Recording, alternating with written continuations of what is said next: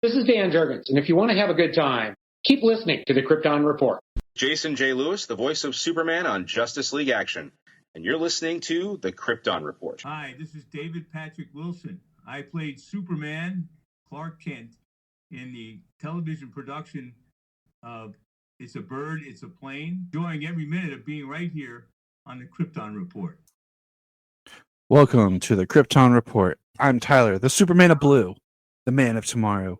And with me is my co-host, my partner in crime, the man who will stand beside me while we are still in old doing podcasting, because I have planned out in some way, shape, or form this podcast till 2030.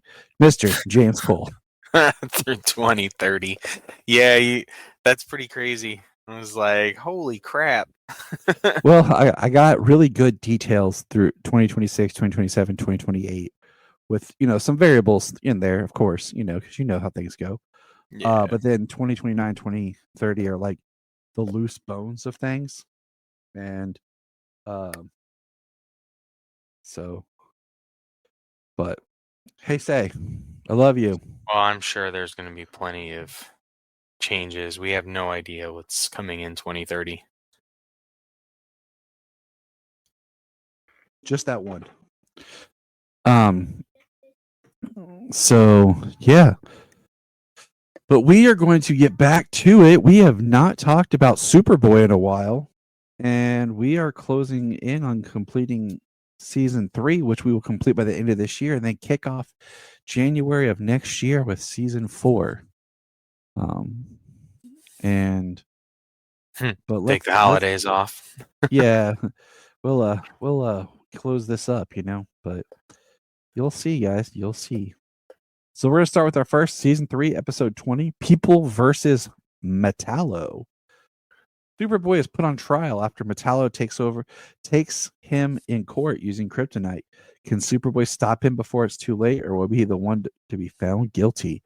James, thoughts on this episode? Oh man, thoughts on this episode. That Metallo suit is pretty wild. It was funny. It looks like someone just seriously just went into the garbage and found whatever and just put it in there. Yeah, it wasn't even done like a like old sci-fi type movies, or shows. But it was fun. I had a good time watching it. Him trying to tell the stories in from his perspective, trying to make himself seem like the good guy and Superboy as the bad guy. Yeah. When we saw the last episode with Metallo. Yep. And everyone's like, oh, okay.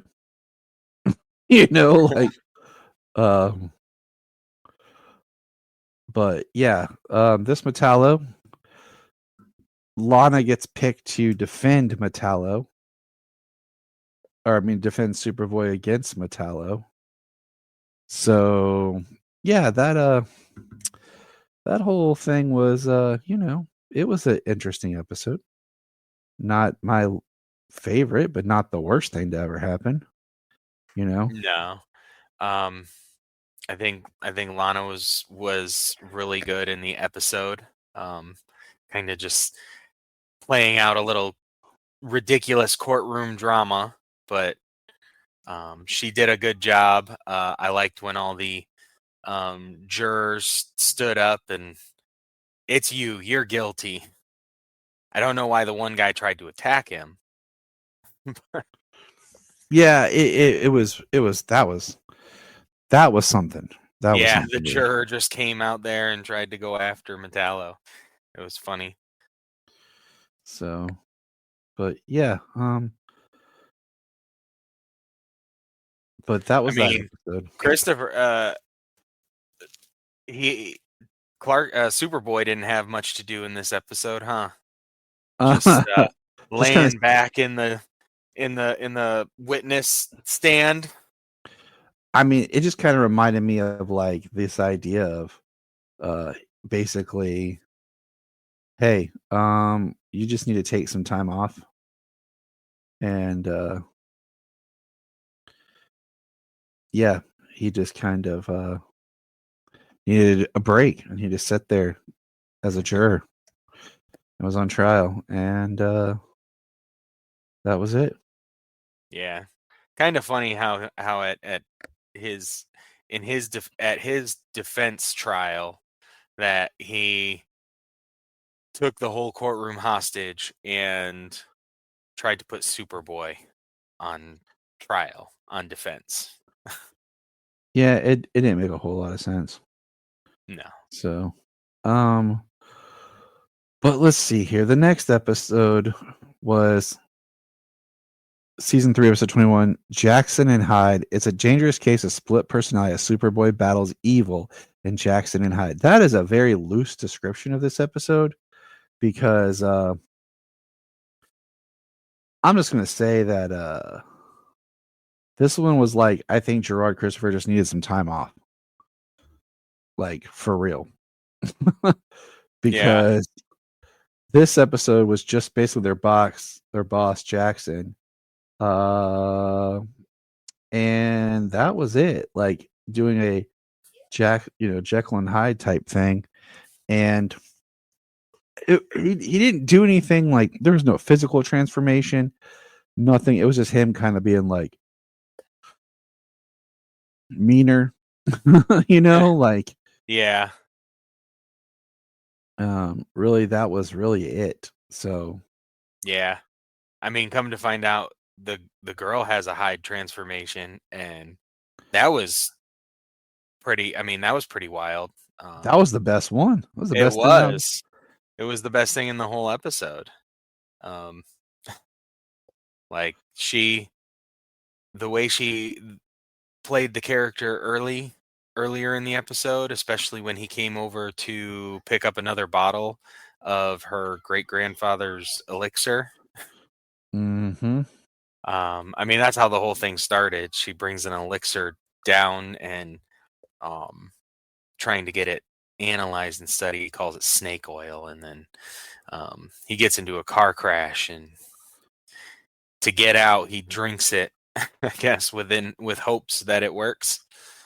But he transforms into a violent character. And then a couple of people die throughout the episode, get beaten to death, and you think that maybe he did it. And you think it like, and he thinks maybe he did it. And I just feel like that could have been better. Yeah. I mean, they write it in as, talk about the grandfather's journals and how it was written by like two different people. Somebody genuine and caring, wanted to help people kind of thing, and then somebody just kind of like raging, violent. Yep. And they're like, but the handwriting's the same. Yeah. They do kind of a build up there. I mean, Superboy, he doesn't do just about anything until the very end of the episode. Yeah. You could almost say he didn't do anything. Like, but yeah, it was okay. So, all right. I mean, we got like a CW transformation right there for a Jekyll and Hyde.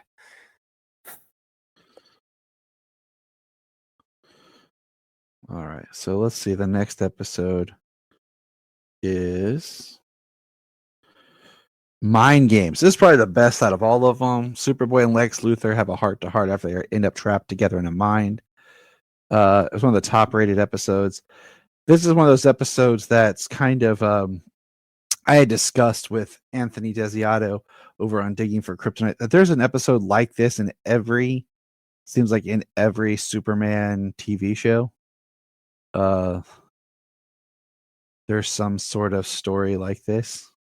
Yeah. Especially in Smallville, Yep. That's, I mean, it's one of the best episodes of season 6. So yeah.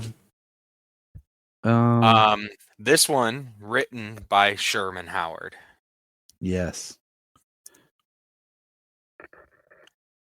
So, also starring Sherman Howard as Lex Luthor.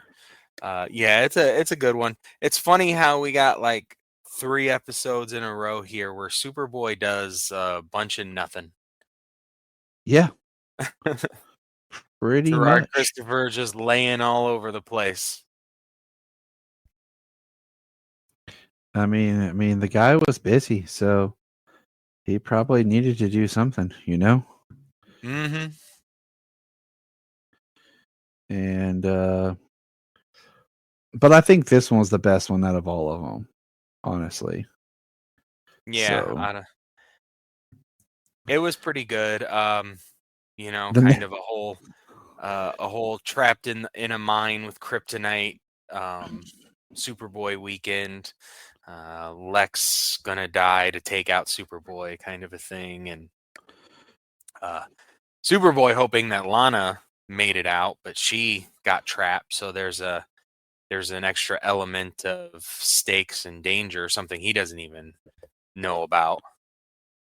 Only the audience. yeah, because the audience is smart.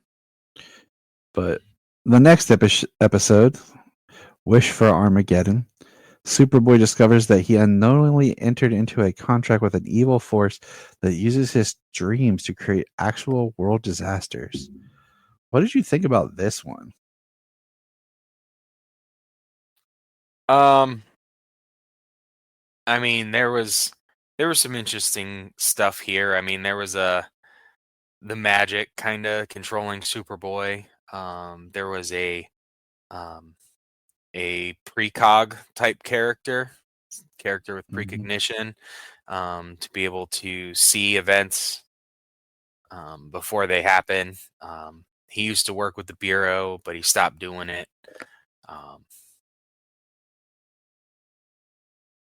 Yeah. Interesting stuff. Yeah, but But you know, we always got some kind of like false humanitarian, false philanthropist who's always got some plans for world domination. I mean, wouldn't you? I don't know. I don't feel like I would, Yeah, me neither.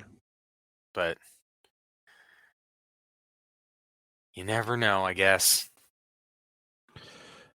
So, and then the last episode we're talking about today is episode 24. Clark Kent becomes one of many helpless victims in a hostage standoff. Can he save the day without revealing his secret identity? This was like, I watched 4. Sorry. I oh, didn't okay. watch 5. Oh, man. I watched 4 episodes. I didn't watch 5. I'm sorry. Well, then we'll have to save that one because I like this one and I don't want to spoil anything. Oh, okay. But it's still not as good as Mind Games. Not as good as Mind Games. That one was pretty good, though. You know. So our final Superboy discussion will be Standoff with The Road to Hell Part 1 and 2.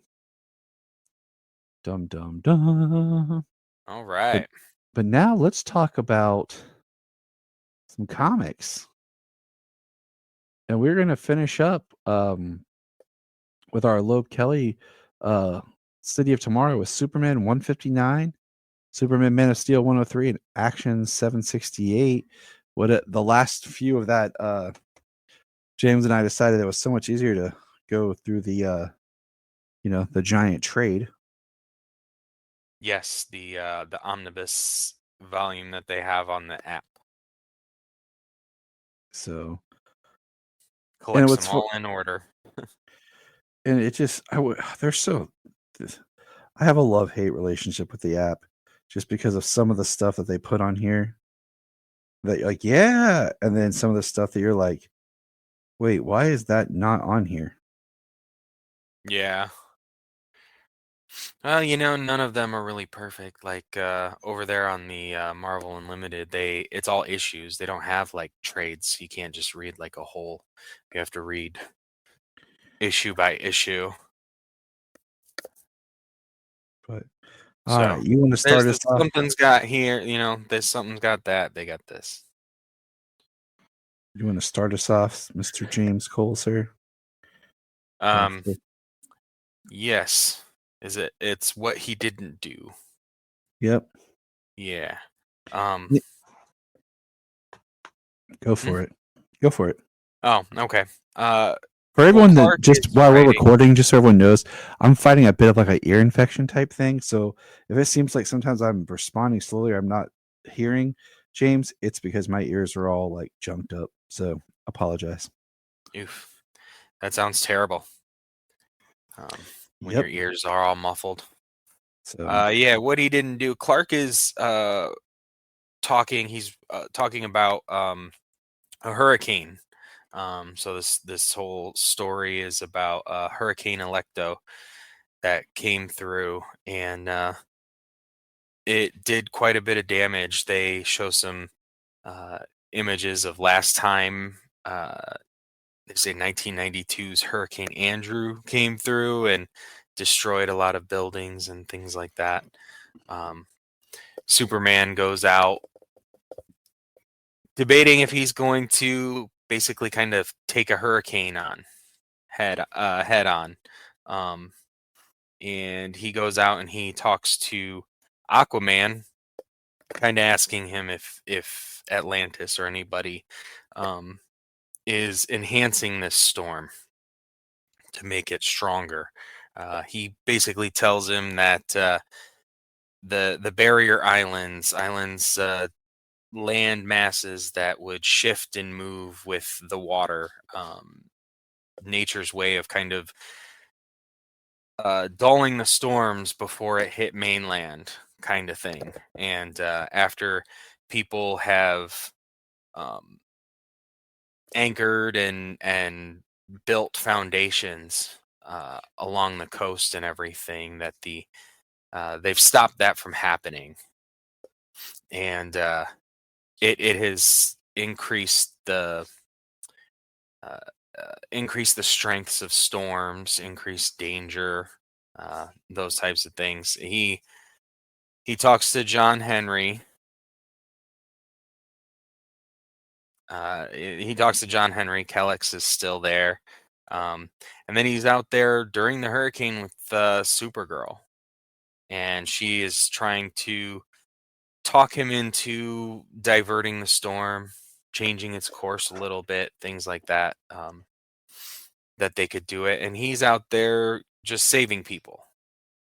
He's talking to her, trying to get her to understand that that's not quite their place. He's trying to figure it out himself as well as her. There's a nuclear power plant that is having some erosion problems during the storm here, and Superman and Supergirl are able to create a barrier and protect the power plant so nothing happens, so it's not damaged in the storm. Which is the whole like crux of what he didn't do is, everyone's like, oh, he didn't do all this to save, but he stopped basically the plant from having a nuclear meltdown, which would have killed and destroyed so much more. Yeah, which they actually speak about on the news, that there was no that the power plant is saying that there was still no no dangers. The public safety was not ever in danger from the storm and the flooding and everything, which it was. And of course, but Superman is not out there to say to take credit for saving the day. But he writes this story, and he is basically telling this story to Lois, or rather, she's reading this whole story, and she thinks it's a really great story. And he just had to get it out of his head, and have somebody read it, and he tore up the story. And I love the part where she's like literally holding on to his arms and got her feet on his chest, like pulling, trying to get the papers out of his hand. It was a funny moment between them. But she kind of says that he needs to do the job as Clark Kent and, tell the story as it is. But, he's got to do some rewrites and everything. And yeah, that's the end of that issue. All right. Do we skip? Do we miss one? I Do we don't think so. That's the one thing about some of these trades, like it doesn't tell you like which one it is. Did we talk about the adversary? I think so. Did we talk, or did I? Was that the next issue? I know I read it. Yeah. Did we talk about? See, this is what happens when we don't get to record as often as we want. Did we talk about the one with Kyle Raynard? You actually had them all pretty good. You know what? Maybe I started too far in. I don't know. We'll get them all three. It doesn't matter. It doesn't matter. That's okay. Detour with Kyle Rayner was actually really good, though. Starts off with when Superman got seen with his wedding ring, and that kind of leads Maxima to come through here, in her jealous rage as he had rebuked her advances in the past. And now that he's married, she's kind of pissy about it. Yeah. And what I thought was interesting when we saw Graven. Was this the character that you knew about? Who, the giant red guy? No, the like purple dude that Kyle Raynard's fighting with. And they're like, Nice. where is it? The good news is that is not Darkseid. The bad news, it's his son. Graven. Why have I never heard of this dude? No, I had never heard of this dude either. Hello, Cameo from Solo. Hi, gone to bed. Greatest dude I know. No, I of course know of Scott Free, Calabac, and his daughter Grail. Yeah, but I've never heard of Graven before. Maybe he got erased from Infinite Crisis. See the things we learn when we read. Reading is important, kids. Keep reading. What's really cool about this story, though, is at the time he's not like Kyle wants to be able to stand up next to Superman, next to the rest of the league. He's got big shoes to fill from other Lanterns and stuff.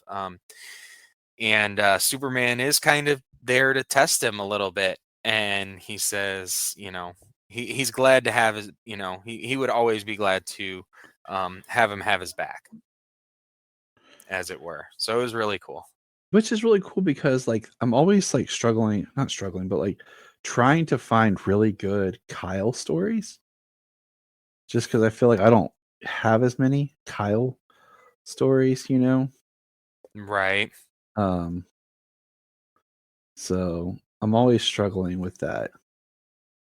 Right.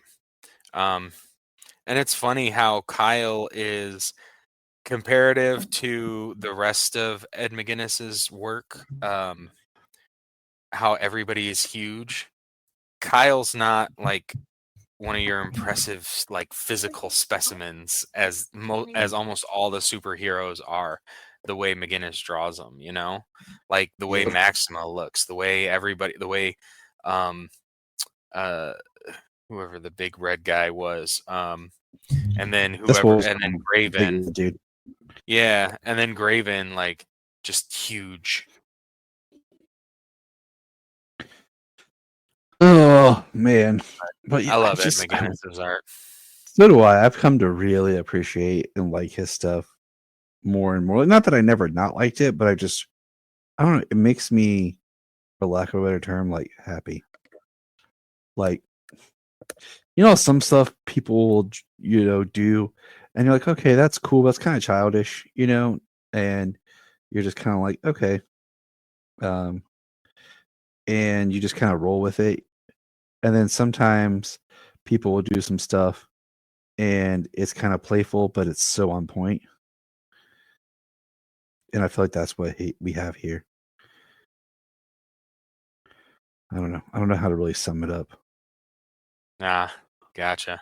No, it's funny, I started where I had started because you remember last time when we talked about this, I said I actually read some further issues, Yeah. and I was like, so I think I picked up where I had left off, and that's where I picked up here. Oh, that makes sense.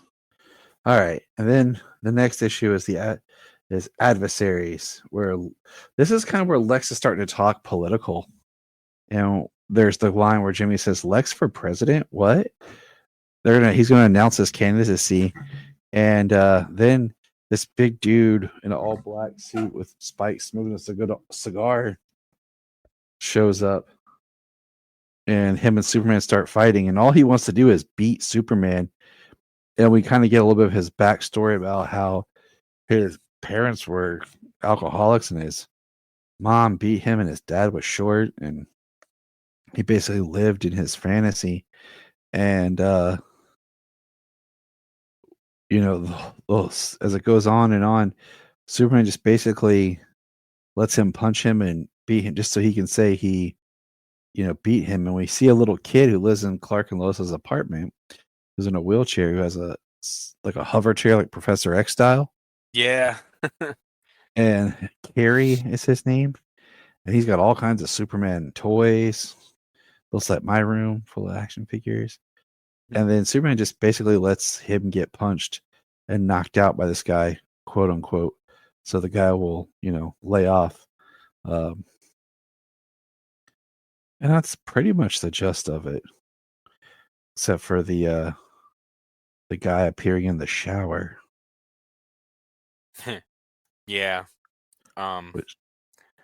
Which we got just a little bit of him earlier, like watching stuff through the projector or whatever, but yeah, I'm not sure what that was all about. That's the build up to something bigger. The next one is written by Joe Kelly. Penciler is Duncan Role. Oh, Captain, my Captain. And the art in this is not bad, but inconsistent. And I mean that because sometimes Clark's face looks different from panel to panel. But this is featuring Mary Marvel and Captain Marvel Jr. Yeah, I think is that who that is, Captain Marvel Jr. They don't actually. Yeah. I don't think they ever even said that in here. Yeah, it's one of those confusing because she's like in white, he's in blue, and a giant frog shows up. So, you take this one, James? What do you think? Yeah, I mean, we got the Marvel family here, and I mean, Captain Marvel Jr. He's like super speed. We find out that they're when they said their name, Shazam, something happened, and they only got like the speed and the strength, but it separated like it displaced Billy's body. He's kind of just a mouthpiece that they keep with them, which was odd.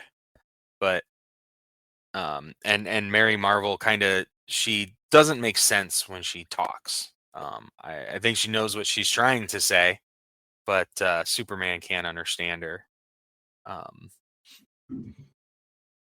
The frogs are being controlled by like a frog deity,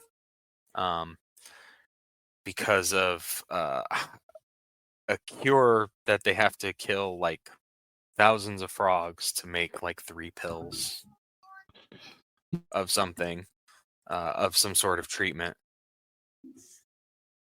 And Superman, he kind of figures out what Mary's been trying to say and what Captain Marvel Jr. is trying to say, and he says Shazam, and he kind of allows Captain Marvel to take over his body, and Superman is just along for the ride. Which is pretty Superman cool. Yeah, it was really cool, especially to see like have the inner monologue of Superman in there, feeling the powers of the gods as they're channeled through. Which is something, because earlier they talk about how Captain Marvel is Captain Marvel. He's got the powers of the gods, but Superman is stronger. Superman is faster.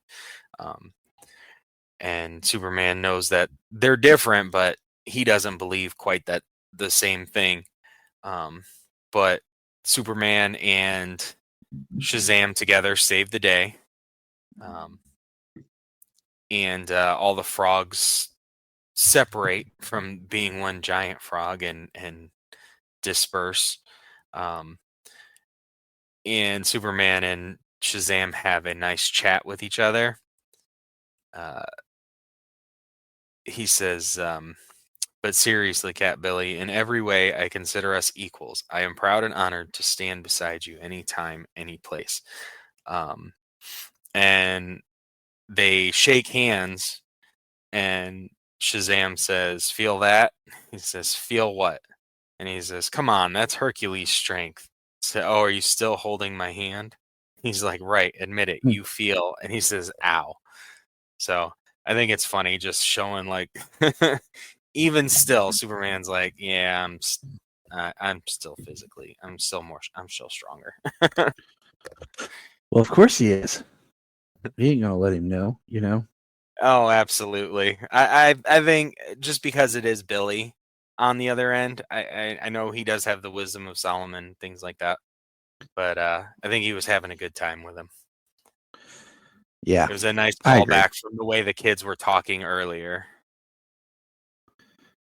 Yeah, it is. But it's a fun kind of issue. I love when you get to see like Superman and Captain Marvel, Shazam, the Captain, hang out. There was a little thing, kind of a B plot of the story. I mean, it actually starts in the beginning, but him kind of hovering over Lois, and Lois wanting to, she doesn't want him there, that she can do her job without him having to be there to save the day. And she does break into some place. There are some robots, and everything he kind of learns throughout this story. She shows up at home, says, where were you? And he tells her that he saw, just let her do her thing, and they kind of made up after that. Good. So that's the end of that. Any recent comics, James, that you've read in our collection that we talk about that you want to discuss? Well, I mean, I didn't read the new Superman yet. It just came out. Let me see here. That is okay. We're just, keep on keeping on. Right. Let me see. Let's see.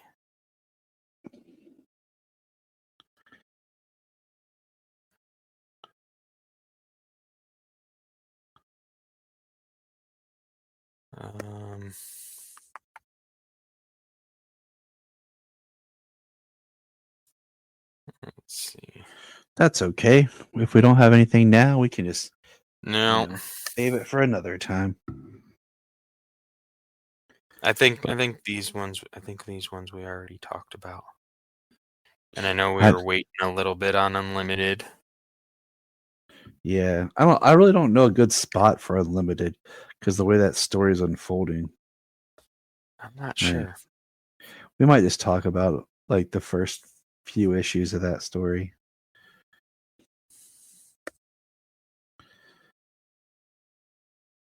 Did you read Crypt of the Last Dog #3 or #2? Yeah. Yes, I did read #2. All right, so let's talk about that. So #2 is basically Krypto meets Lex Luthor, and that's where the first issue ends, and we think it's going to go well, and then the first panel is Lex yelling "bad dog" and smacks the dog, and then we see Krypto alone chewing on stuff. Lex beats it, put him in a cage, And I keep thinking to myself, like, why doesn't Crypto have superpowers? But like, they come and they go. And then we see Lex building something, and he walks him, and we really see where Lex lives, like in the slums and shanties. And then Lex actually sets up a device to go off to, basically kill, his family to get, like we've seen before. And Lex rescues Crypto, but then because of Crypto's actions and barking and everything like that, saves more people than, because it ends up,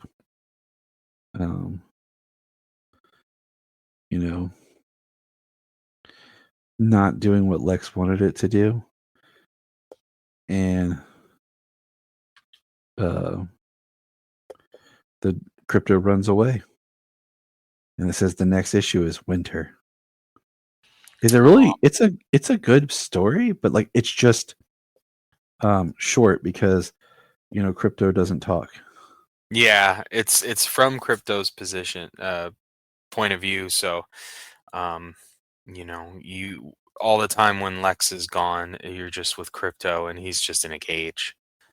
The beginning of this issue says, content warning, this issue contains scenes of a bad person with a good dog. True heroes care for their furry friends and treat them with love and respect. Amen. Yes. But yeah, he didn't even intend to ultimately use the device, at least at the time when it does go off. But yeah, it does go off, and he rescues Crypto. But I'm glad that Crypto got away from him when he did. Did you read Justice League Red #1? I don't know. I did not. It's a book we're not going to cover, but I just wanted to bring it up because it is tangentially related. But it's Red Tornado pulls together a team, and it's like Cyborg, Deadman, Simon Baz, somebody else I can't remember, and Power Girl. So that's where Power Girl is now, because we always talk about they're not really using Power Girl.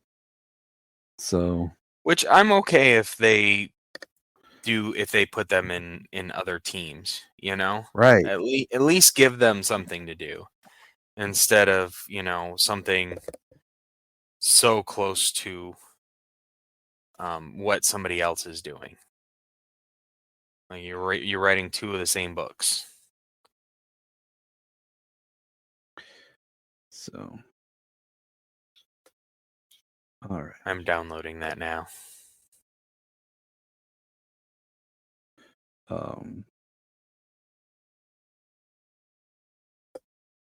What do you call it? All right. Let's see. We're waiting for the last issue or two? Absolute Superman. Yeah, we're trying to see where that arc goes. I think the only thing we can really talk about is Crypto. If you read #3, which you said you didn't, and then did you read Action 1089? Action. I did read. I did read the last Action. All right. Let's do Action 1089. Want to do that one? Yeah. All right. So this starts where Clark's teacher, the issue is called Schooled. Clark's teacher, says Smallville years ago, shows up, and he introduces himself and everything. We find out he is Captain Comet. Yes, Captain Comet. And I like how there's like these little says, in retrospect, oddly phrased, red flag #1. Yeah. He says, nor do I have any interest in exposing Clark's dual identity tonight. Tonight. And basically, Captain Comet tells his story about natural forces were something else altogether. A polar megazord claimed the lives of half the planet. On Stagus Fort's young defender, B. DeLorean tried to thwart an alien invasion with mind control, unprepared for the psychic backlash that turned him against his world. And, he's talking about what Clark could do. And then there's a hint of dismissive towards normal folks. Red flag number 2. And then there's it's I'm. So he believes I'm sure, but this world deserves proof that Clark will always act thoughtfully if it's to trust him. It's equals I'm red flag number 3. And then we see Clark doing his chores and eating some cereal, but he gets yelled at because his clothes are getting damaged from all of his activities. And well, he had an agreement about doing his chores at normal speed. Yep. I wouldn't do my chores at normal speed. Screw that. I ain't doing jack at normal speed. He says, yeah, I was distracted, but I'm saving time. You're creating a bad habit, and what if someone sees you? He says, I have super hearing. Who's going to sneak up on me? He said, you didn't hear me. So I love how they call him Clark. He calls him Clark Joseph Kent. He says, hearing your full name is never good. And then his mother goes, Clark Joseph Kent, right at the bottom of the same page. you're in trouble when you get the full name. I know I do. I'm so in trouble. She talks about the bullet holes in his costume and tells him to catch the bullets instead.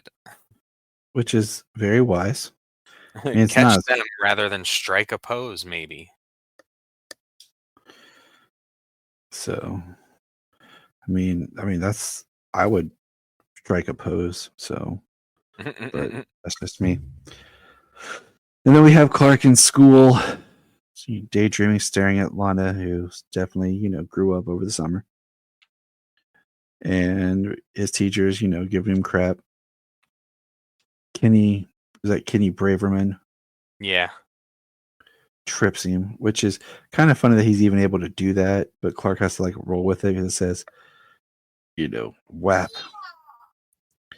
And then he says, leave me alone, Braverman, and pushes him. And then he says, oh God. And he takes off and he's flying as fast as he can, leaving for Kansas. And then Captain Comet catches him. And there's locusts coming. And he uses his powers, freeze breath, tries everything he can, but then uses sound to confuse the locusts. Then they follow him out of town. They could return to their normal docile state. And then the very end, we see Captain Comet says, I told you, General Lane, this Superboy is quite possibly a threat to everything this nation holds dear. Dum, dum, dum. And it's a young General Lane. Yeah. I mean, that's pretty messed up, but, showing what he is capable of, with the locusts. I did like how he thought through that whole process. Got him up north where the cold would slow down their metabolism. It's smart.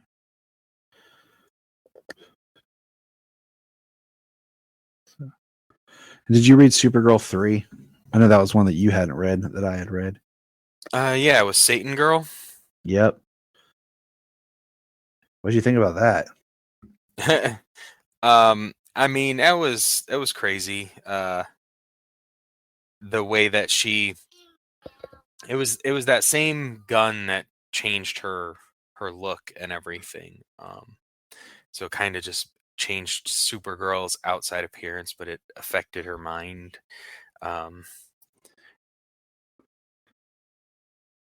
And I did like the end where Supergirl ultimately, hugged her and talks to her and wants to be her friend.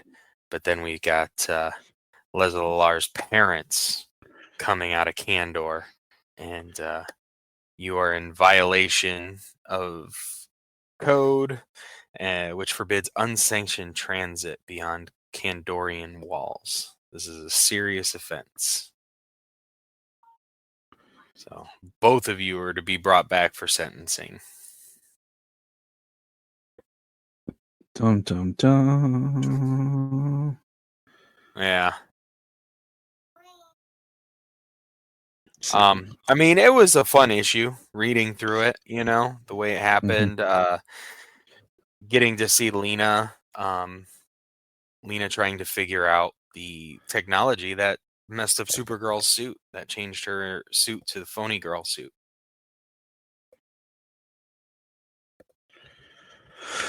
Yep.